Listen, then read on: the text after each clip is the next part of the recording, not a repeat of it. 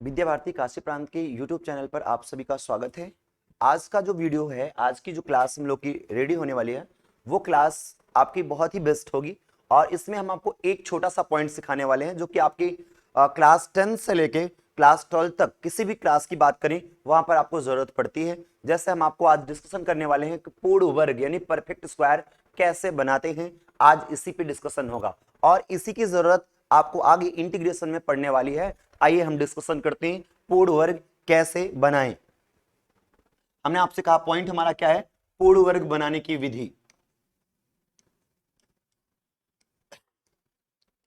पूर्ण वर्ग बनाने की विधि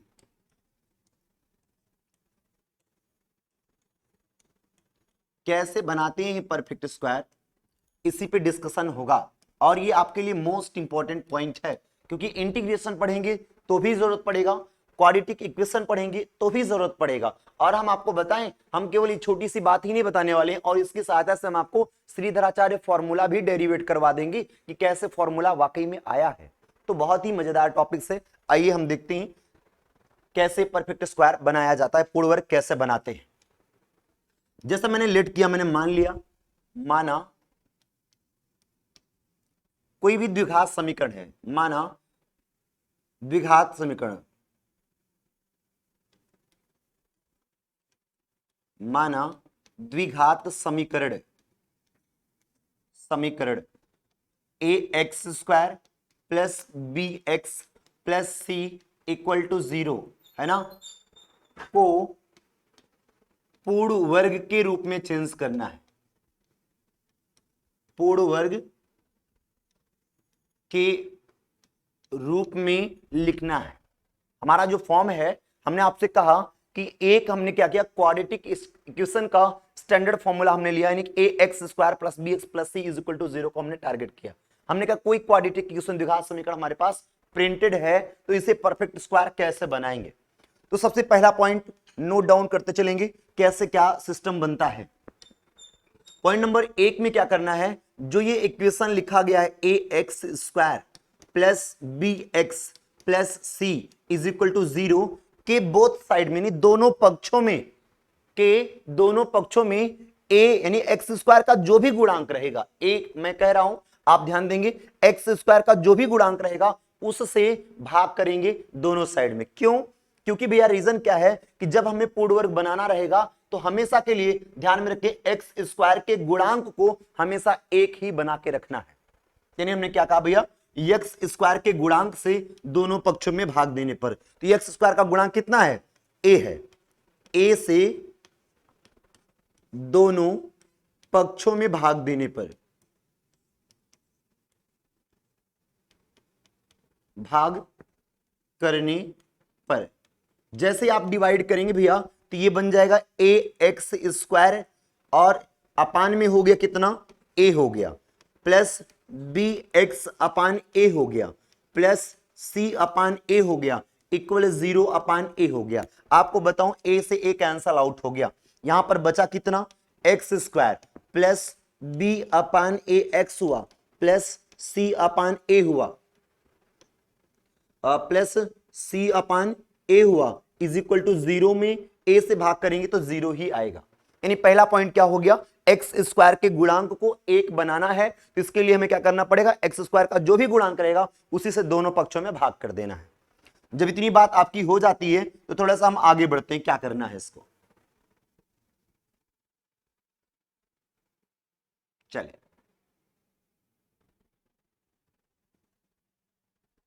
जैसे ही हमने भाग कर दिया तो उसके अगली प्रक्रिया में हम आप ध्यान देंगे क्या करना है, ये सी अपान ए जो है इसको अगली साइड भेज दीजिए, ये बन गया एक्स स्क्वायर हो गया, प्लस हुआ बी अपान ए एक्स हो गया, इज इक्वल टू आप कह सकते हैं माइनस सी बाई ए, कोई डाउट तो नहीं। जब आपका एक्स स्क्वायर का गुणांक एक बन जाए, एक्स स्क्वायर का गुणांक यानी कोफिशिएंट अगर एक बन जाए तो उसके पश्चात जो भी एक्स का कोफिशिएंट यानी गुणांक आया रहेगा उसके हाफ का स्क्वायर, यानी क्या कहा मैंने, एक्स के गुणांक के आधे का, 1/2 का आधे का वर्ग, वर्ग दोनों पक्षों में जोड़ने पर, दोनों पक्षों में जोड़ने पर हमने आपसे कहा क्या कि एक्स स्क्वायर का जब कोफिशिएंट यानी गुणांक 1 बन जाए तो उसके पश्चात एक्स का जो भी गुणांक आया रहेगा उसके हाफ का स्क्वायर यानी वर्ग करना है, उसके बाद क्या करना, दोनों साइड में जोड़ देना है। आइए देखता हूं क्या आता है इसका हाफ का स्क्वायर करने पर। एकदम सिंपल प्लान है, रफली देख लीजिए, बाद में इरेज कर दूंगा। एक्स का गुणांक कितना है, बी बाई ए है, बी अपान ए का हाफ करेंगे, बाई 2 कर देंगे। बाई 2 का मतलब भैया 2 अपान 1, ये 1 यहां पर जाएगा, 2 यहां पर आएगा, यानी यहां पर बन जाएगा बी बाई 2 ए बन जाएगा। और इसका स्क्वायर करेंगे तो यहां पर क्या हो जाएगा, बी स्क्वायर क्या बन के आएगा, B square upon 4 A square बन के आ जाएगा। यानी कहने का सेंस क्या है कि एक्स का जो गुणांक है बी बाई ए, इसका आधा करेंगे तो बी बाई 2 ए आएगा, इसका स्क्वायर करेंगे B square by 4 A square आएगा। दोनों साइड में ऐड कर देंगे, यहां पर बात बन गई एक्स स्क्वायर हो गया प्लस बी अपान ए एक्स हो गया। और हमने क्या कहा भैया, जोड़ना कितना है, B square upon 4 A square add करना है। तो और यही प्रक्रिया अगले साइड में भी ऐड करेंगे, तो यहां पर माइनस सी अपान ए पहले से है, हमने ऐड कर दिया B square upon 4 A square. कोई डाउट तो नहीं किसी को? अगर डाउट नहीं है तो यहां पर हम आपको बताएं, ये वाला पार्ट हम इरेज करते हैं, इतना तो आपको समझ में आ ही गया होगा। चलिए, जब इतनी बात क्लियर हो जाती है तो थोड़ा सा हम आगे बढ़ते हैं। देखिए भैया, यहां पर इतना हमने ऐड कर दिया, तो इन तीनों की बात करेंगे, इन तीनों से देखिए, इन तीनों को मिलाइए, एल्जेब्रिक फॉर्मूला बन गया। क्या बन के आ गया यहां पर, ये x प्लस बन गया b अपान 2a का होल स्क्वायर बना है। आप करके देख लीजिए, a square plus B square plus 2a भी करेंगे तो अपने आप ही कैंसल आउट होके वही सेम बन के आ जाएगा। और यहां पर बताइए, इन दोनों का एलसीएम जब लेंगे तो 4a स्क्वायर आएगा। एलसीएम एलसीएम कितना आएगा, 4a स्क्वायर आएगा। यहां पे ये आउट कर दिया। यहां पर बताएं 4a स्क्वायर बनाना है, आपको पता हो गया होगा 4a से न्यूमिनेटर डिनोमिनेटर मल्टीप्लाई करना पड़ेगा, तो माइनस हो गया 4ac हो गया, और यहां पर प्लस बी स्क्वायर में कोई चेंजिंग नहीं, बी स्क्वायर हमारा सेम सेम ऐसे ही बना रहेगा। यहां पर आइए, बी स्क्वायर में कोई चेंजिंग नहीं, प्लस बी स्क्वायर ऐसे ही रहेगा। थोड़ा सा और आगे बढ़ते हैं, यक्स प्लस बी अपान 2a का होल स्क्वायर हो गया, बराबर हो गया, इसको आप कह सकते हैं बी स्क्वायर माइनस 4ac अपान कितना हो गया, 4a स्क्वायर हुआ। ये स्क्वायर हटाएंगे तो रूट लग जाएगा, तो यक्स प्लस बी अपान 2a और इज इक्वल टू हो गया, इन रूट ऑफ हो जाएगा भैया बी स्क्वायर माइनस 4ac अपान कितना हो गया, 4a स्क्वायर हो गया। आप ध्यान देंगे, ये x बराबर हो गया, इसको उस पार ले जाएंगे, माइनस बी बाई 2a लिख सकते हैं। इसका जो वैल्यू निकालेंगे plus minus in root of, इसका तो रूट निकल जाएगा परंतु ऊपर वाले का नहीं निकलेगा, बी स्क्वायर माइनस 4ac ऐसे ही रहेगा, और ये अपान कितना, ये 4a स्क्वायर का 2a आ जाएगा आपका। दोनों का डिनोमिनेटर बराबर है, x बराबर minus B plus minus in root of B square minus 4ac upon 2a, जो कि आपका श्रीधराचार्य फॉर्मूला है जो आप याद करते हो। हमें याद करने की प्रक्रिया यूज नहीं करनी है, हमने आपसे कहा मैथ्स में हमें पूरा प्रूविंग के साथ देखना है, कौन सा फॉर्मूला क्या पॉइंट बनता है, इस पर डिस्कशन कर लेते हैं। आइए हम एक एग्जांपल आपको बताते हैं, बस 2 मिनट के अंदर आपका एग्जांपल क्लियर हो जाएगा, जिससे आपका ये पार्ट आगे बढ़ जाएगा। एक एग्जांपल देखिए फटाक से, कैसे परफेक्ट स्क्वायर हमने बनाया। देखिए हमने प्रश्न लिखा, यहां पर क्वेश्चन है आपको, हमने कहा x square plus x plus 1 और इज इक्वल टू 0। हमने कहा को हल कीजिए, या को पूर्ण वर्ग विधि से हल कीजिए।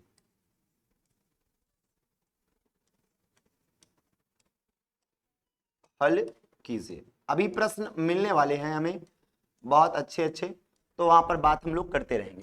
हमने कहा इसको पूर्ण वर्ग विधि से सॉल्व करना है, तो कैसे आप करेंगे, आइए हम देखते हैं सॉल्व। सॉल्व में देखेंगे, यहां पर प्रश्न में लिखा है एक्स स्क्वायर है प्लस एक्स है प्लस 1 है बराबर 0 है। आप इस प्रश्न में देख रहे होंगे एक्स स्क्वायर का जो गुणांक है वो ऑलरेडी 1 है, तो हमें कुछ भाग भाग नहीं करना है, बस प्रोसेस को आगे बढ़ाना है। एक्स स्क्वायर हो गया प्लस एक्स को यहीं रहने दो, 1 को उस साइड ले जाएंगे, -1 बन जाएगा, चलेगा। हमने आपसे कहा था अगर एक्स स्क्वायर का गुणांक 1 है तो एक्स का जो भी गुणांक आएगा उसके आधे का वर्ग। एक्स का गुणांक कितना है? 1 है, 1 का आधा 1/2।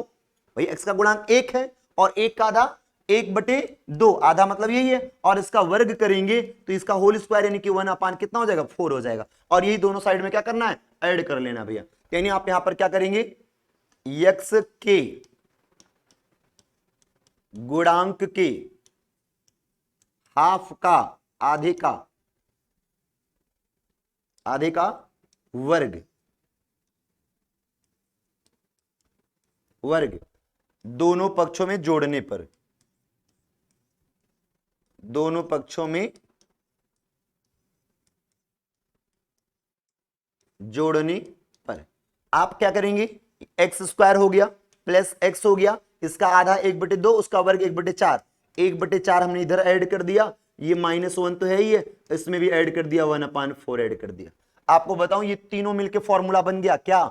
x + 1/2 का होल स्क्वायर है, ब्रेक करके देख लीजिए, इज इक्वल टू यहां पर एलसीएम लेंगे, यहां पर -4 हुआ +1 हुआ, /4 हो गया।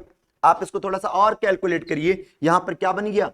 x + 1/2 का होल स्क्वायर तो रह गया, यहां पर कितना आएगा? -3/4 हो गया। स्क्वायर हटाइए, रूट लग जाएगा, x + 1/2 is equal to square root के अंदर कितना आ गया? -3/4। 3 तो निकलेगा नहीं, 4 निकालेंगे, x बराबर, इसको अगले साइड ले जाइए, -1/2 प्लस माइनस स्क्वायर रूट के अंदर -3 और अपान इसका 4 का 2 हो गया। x बराबर आप निकालेंगे -1 प्लस माइनस स्क्वायर रूट के अंदर -3/2, ये परिणाम हो गया। और आपको बताऊं थोड़ा सा स्टैंडर्ड आप जाएंगे, आपको जहां पढ़ने को मिला होगा i is equal to square root के अंदर -1।